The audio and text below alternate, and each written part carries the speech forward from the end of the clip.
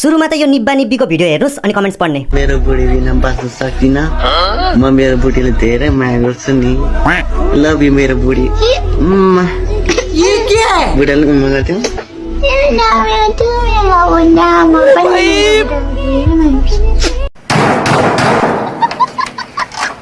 तो चलिए शुरू करते हैं।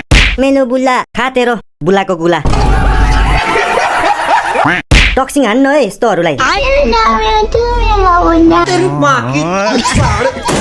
भिडियो यस्तो बनाऊ कि हेर्ने मान्छेलाई शरम लागोस्। शर्म करो, भगवान से डरो भोसड़ी वालों। नआइज त मेरो एफआइपीमा मासाला छप्रीहरू। भाला ल्याएर कन्डोमा लम्मै हाल्नु पर्ने। धेरै माया गर्छु नि, लभ यु मेरो बुढी। सीमा चिकन तन्दुरीमा चिकन करी त्यसकी आमा की घाँटीमा पुतली सडक।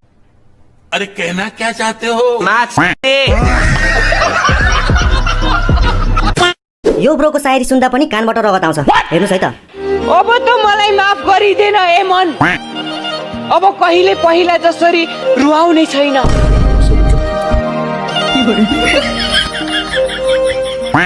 मुजी यार ब्रो हगेर भिडियो बनाऊ यार, कति गुरोकी रोकी भिडियो बनाउँछौ। ए मन प्लिज यो माग्नेलाई माफ गरिदेऊ। अब त मलाई माफ गरिदेन ए मन, माफ गरिदिए, जा अब भाडा माझ्न। अब कहिले पहिला जसरी रुवाउने छैन। मेरो कुरा भन्।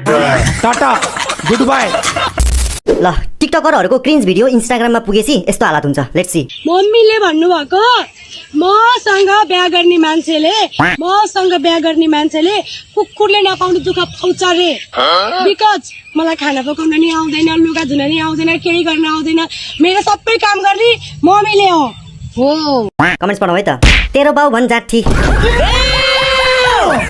हैन, तसँग बिहे चाहिँ कसले गर्छ? मलाई खाना पकाउन नि आउँदैन, लुगा धुन नि आउँदैन, केही गर्न आउँदैन। हो त्यसैले कुकुरसँग बिहे गर।